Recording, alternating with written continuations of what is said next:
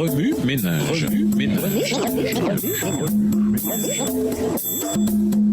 Bienvenue dans votre émission Remue ménage. Nous voilà au mercredi 7 septembre, le témoignage personnel de Paul.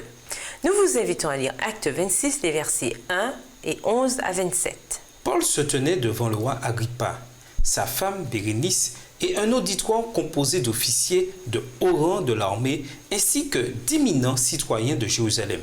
Festus, le gouverneur juif, leur présenta Paul. Le roi Agrippa l'invita à se défendre lui-même. Paul répondit par son puissant témoignage personnel. Il raconta son histoire à son auditoire avec assurance et courage. Saul, juif et pharisien, avait persécuté avec zèle les premiers chrétiens. Il avait même approuvé la lapidation d'Étienne, acte 8, le verset 1. Un jour, alors qu'il se rendait à Damas, il fut frappé de cécité et entendit la voix de Jésus. Pendant 3 jours, il resta aveugle et ne mangea ni ne but, jusqu'à ce qu'un disciple nommé Ananias vienne le voir sur l'ordre du Seigneur. Ananias lui imposa les mains et Saul fut rempli du Saint-Esprit et baptisé. C'est ainsi que Saul, le persécuteur, devint Paul, le serviteur de Dieu.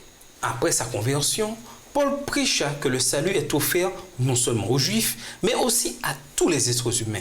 Le message qu'il prêchait aux gentils était le suivant: changez votre vie et tournez-vous vers Dieu.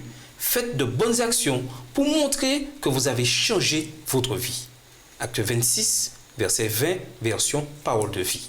C'est donc par son témoignage personnel que Paul prêcha l'espérance du salut au roi Agrippa et aux dirigeants de Jérusalem. Tous ceux qui étaient présents entendirent l'appel fondamental lancé à chaque chrétien, un appel toujours pertinent aujourd'hui. Puissions-nous prendre courageusement la position de Paul en tant qu'exemple de notre appel à proclamer l'Évangile de tout notre cœur et par notre vie. Tu seras mon témoin pour annoncer comment tu m'as vu aujourd'hui et proclamer ce que je te révélerai encore. Acte 26, verset 16.